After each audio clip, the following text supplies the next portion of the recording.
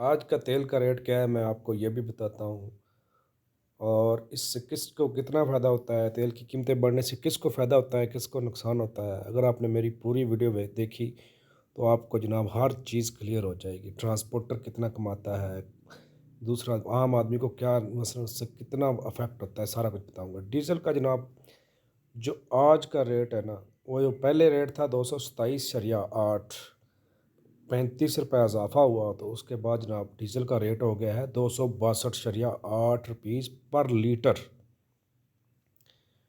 इसी तरह पेट्रोल का रेट था 214.8 पहले था, तो इसमें 35 रुपये इजाफा हुआ है तो अब रेट हो गया 249.8 रुपीज़ पर लीटर। तो इसमें मेरा एक सवाल है कि पाकिस्तान में जो पैसा जो है ना, ये जो 5 पैसे 10 पैसे 15 पैसे ये तो कब के ख़त्म हो गए हैं। तो गवर्नमेंट जो होती है अभी तक ये पैसों में ही रेट क्यों बढ़ाती है। मसलन आप नोट करें कि 262.8, आप किसी भी पेट्रोल पंप पे जाएंगे वो तो आपसे 263 ही लेगा, वो तो 262.8 नहीं लेगा। तो ये गवर्नमेंट पैसों में ही प्राइसें क्यों रखती है जबकि पैसा पाकिस्तानी करेंसी में ख़त्म हो गया है। ये सवाल मैं आप पे छोड़े जा रहा हूँ।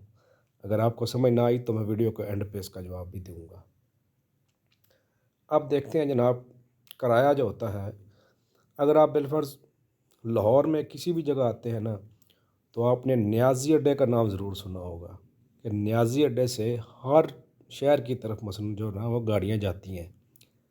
तो जनाब न्याजी अड्डा जो है ना, ये बड़ा मशहूर तरीन अड्डा है। अगर आप बिलफर्ज मैं आपको एक रूट का बताता हूँ, सिर्फ मिसाल के तौर पर आपने समझना है। अगर आप पाकपतन से लाहौर जाते हैं या लाहौर से पाकपतन जाते हैं तो मसलन पहले जो किराया था ना, ये तेल की प्राइसें जो बढ़ी हैं 35 रुपये, इससे पहले किराया था जो 600 भी कई हमको कोस्टर वाले ले लेते हैं, कोई वैन वाले 650 भी ले लेते हैं। क्योंकि पाकपतन से लाहौर जो है ना वो कोस्टर चलती है या वैन चलती है, बड़ी बसेस नहीं चलती। इसलिए मैं सिर्फ कोस्टर और वैन का ही कंपैरिजन कर रहा हूँ। अभी आजकल कितना किराया ले रहे हैं, ये किराया बढ़ने के बाद उन्होंने किराया 800 रुपये कर दिया है, कोई 900 भी ले रहा है। ठीक है, तो मैं जो कंपैरिजन करूँगा मैं बिल्कुल मिनिमम से करूँगा। मसलन उसका ख़र्चा कितना है वो भी मैं बताऊँगा और वो किराया कितना ले रहा है वो सारा कुछ हम करेंगे जनाब। पहले मैं बताता हूँ, अगर आप गूगल मैप पे जाएंगे तो बेलफर्ज आपको ये लगे कि मैं कोई मसलन हवाई बातें कर रहा हूँ, तो अपने गूगल मैप पे देखना है कि पाकपतन से लाहौर का फ़ासला कितना है। तो उस पे जनाब आपको नज़र आएगा ये फ़ासला है 173 किलोमीटर। ये गूगल मैप की मैंने स्क्रीनशॉट भी लगाया हुआ है। तो जनाब 3 घंटे 48 मिनट लगते हैं, मसलन ये डिस्टेंस लिखा हुआ है और ये लाहौर से पाकपतन का डिस्टेंस आप गूगल मैप खुद भी कर सकते हैं अगर आपको कोई डाउट हो तो जनाब इसके बाद मैं आपको बताता हूँ कि इनका कंपैरिजन करते हैं। कंपैरिजन में ये है कि आपने इस तरह की कोस्टर गाड़ियाँ होती हैं या छोटी वैन होती है, ठीक है, जिनमें जो लाहौर से पाकपतन के रूट पे चलती हैं। इनकी जो सीटिंग कैपेसिटी है ना, एक जो कोस्टर है इसमें 30 सवारियाँ बैठती हैं। ठीक है, वैसे तो बिठाने को ये खड़े भी कर लेते हैं सवारियों को, और वो जनाब वो साथ वाली फोल्डिंग सीटें होती हैं उन पे भी बंदे बिठा लेते हैं। तो इनका जो प्रीवियस किराया था ना वो था 600 रुपये, 650 भी लेते थे। तो मैं आपको बताता हूँ कि 30 सवारियाँ हों और पिछला 600 किराया हो तो इनके पैसे कितने बनते हैं, 18,000 रुपये। मसलन एक साइड का फेरा जो है ना, वहाँ लाहौर से पाकपतन गाड़ी गई है तो उसको 18,000 रुपये मसलन ना वो टिकटों के पैसे मिलते थे। वो फ्यूल का खर्चा, ड्राइवर, सब खर्चे मैं बाद में आपको बताता हूँ। इसके बाद जनाब आपको मैं बताता हूँ, ये जो पुराने रेट थे ना पीओएल के, मसलन पीओएल कहते हैं पेट्रोल ऑयल एंड लुब्रिकेंट्स, ये गाड़ी है, ठीक है, कोस्टर है। तो इसकी जो बिल्कुल नई गाड़ी होती है ना उसकी एवरेज होती है तकरीबन 8 से 10 किलोमीटर 1 लीटर में, 8 से 10 किलोमीटर अच्छी गाड़ी जो होती है। ठीक है, जो बिल्कुल थक्कड़ गाड़ी होती है ना उसकी एवरेज मिनिमम जो भी होती है ना वो 5 किलोमीटर ज़रूर करती है, जो थक्कड़ गाड़ी होती है। मैंने थक्कड़ गाड़ी के लगाया है। अगर अच्छी गाड़ी होगी इसकी एवरेज ज़्यादा होगी, उसका खर्चा कम होगा, वो आपने आगे आपके जहन में खुद आएगा, आपने खुद कैलकुलेट कर लेना है। मैं कम से कम लगा रहा हूँ 5 किलोमीटर 1 लीटर में। तो अगर एक गाड़ी 5 किलोमीटर करती है 1 लीटर में, तो 173 थे, मैं 175 लगा लेता हूँ पापतन से लाहौर का। तो 175 को 5 किलोमीटर मसलन से तकसीम करें, तो 5 से तकसीम करेंगे तो 35, यानी कि उसको 35 लीटर जो है ना वो डीजल लग रहा है। पापतन से लाहौर का 35 लीटर डीजल लगता है। अगर वो पुराने रेट के हिसाब से जाए, मसलन 228 रुपये पहले रेट था ना डीज़ल का, तो उसका खर्चा कितना आता है डीज़ल का 7,980, मसलन 8,000 खर्चा आता है। ठीक है, तो उसको जो किराया बनता है 30 सवारियों का 600 के हिसाब से बता रहा हूँ। अगर वो 600 किराया लेता था तो उसको 18,000 रुपये बनता था, जो उसको किराया की मद में आता था। यानी कि 8,000 खर्चा आया, डीजल का 18,000 उसको बचत हुई, तो 10,000 रुपये यानी कि उसके बचत है। इस 10,000 में उसको लगा लो, उसने टोल टैक्स भी देना है, ड्राइवर का भी देना है, सारा वो आप सारा कुछ लगा लो कि 5,000 लगाए ना, 5,000, तो फिर भी 5,000 खुले मालिक को फिर एक साइड के बचते हैं। दूसरी साइड पे जाएगा तो 5,000, वो 10,000 मसलन एक दिन की बचत है। अब आप इसके जो मौजूदा रेट है उसके हिसाब से देख लेते हैं।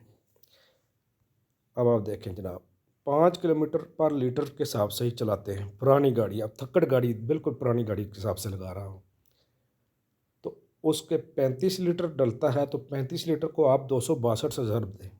मसलन 262 रुपये रेट है ना अभी, तो 262 से अगर ज़र मल्टीप्लाई करेंगे 35 लीटर जो उसने डीज़ल डाला है, तो 9,170 रुपये।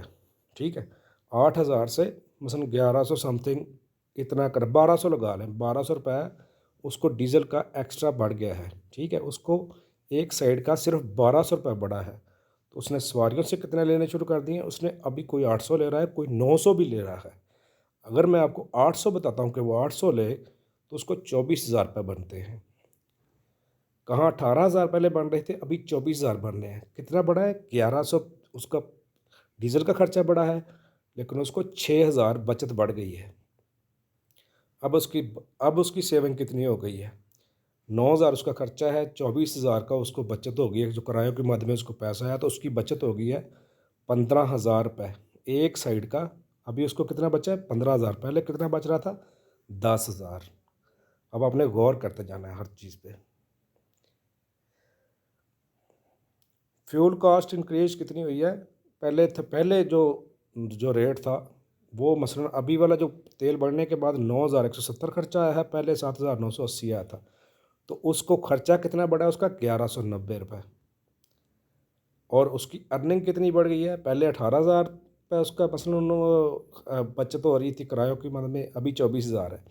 तो अभी 1,190 रुपये बढ़ा है, लेकिन उसकी बचत कितनी बढ़ गई है, 6,000 रुपये। तो फ्यूल की प्राइसें बढ़ने से ट्रांसपोर्टर को क्या नुकसान हुआ है, ट्रांसपोर्टर जो होता है उसको बहुत ज़्यादा फ़ायदा होता है। फ़ायदा तो इसको तो हो गया है, कोई भी बंदा जो है ना, आप कोई भी प्रोडक्ट ले लें, ये तो ट्रांसपोर्टर की बात कर रहा था, आपके जहन में आ गया होगा मैंने क्या कहना चाह रहा हूँ। आप कुछ भी लेने जाएं, आप किसी भी दुकानदार के पास जाएं, वो कहेगा अंडे महंगे हो गए हैं, तेल महंगा हो गया है, मसलन हर चीज़ को वो लिंक करेगा, लेकिन वो तो अपनी प्राइस बढ़ा के, कीमत बढ़ा के अपने पैसे पूरे क्या ज़्यादा कर लेगा। ठीक है, वो अपनी इनकम। लेकिन गरीब बंदा क्या करेगा, जो एंड यूज़र है, जिसने वो चीज़ लेनी ही लेनी है, जिसने किसी ने पाकपतन जाना ही जाना है, किसी ने मसलन अंडे लेने ही लेने हैं, खाने की चीज़ है ना, वो तो लेनी ही लेनी है। लेकिन उसकी प्राइस बढ़ने से उसको क्या हुआ है, उसको नुकसान हो रहा है। दुकानदार ने भी अपने पैसे पूरे कर लिए, ट्रांसपोर्टर ने भी, हर बंदा अपने पैसे जो है ना वो कीमतें बढ़ा के पूरे कर लेगा। इस गरीब आदमी का क्या बनेगा, इस मुसाफिर का क्या बनेगा, इस मुसाफिर को मसलन क्या होता है, ये तो बेचारा ज़लील हो गया, ये गरीब आदमी है। इन लोगों का कोई वाली वारस नहीं है, बस इनके लिए कोई नहीं है। तो तेल बढ़ेगा, डॉलर बढ़ेगा, इन्होंने बेचारों ने खजल खुआर होना है, इनकी ज़िंदगी में परेशानियाँ ही परेशानियाँ हैं। अब ये बंदा जो है ना, ये परेशान ना हो तो और क्या करे, इसका हल क्या है, कौन करेगा इसको हल, अब ये आपने सोचना है।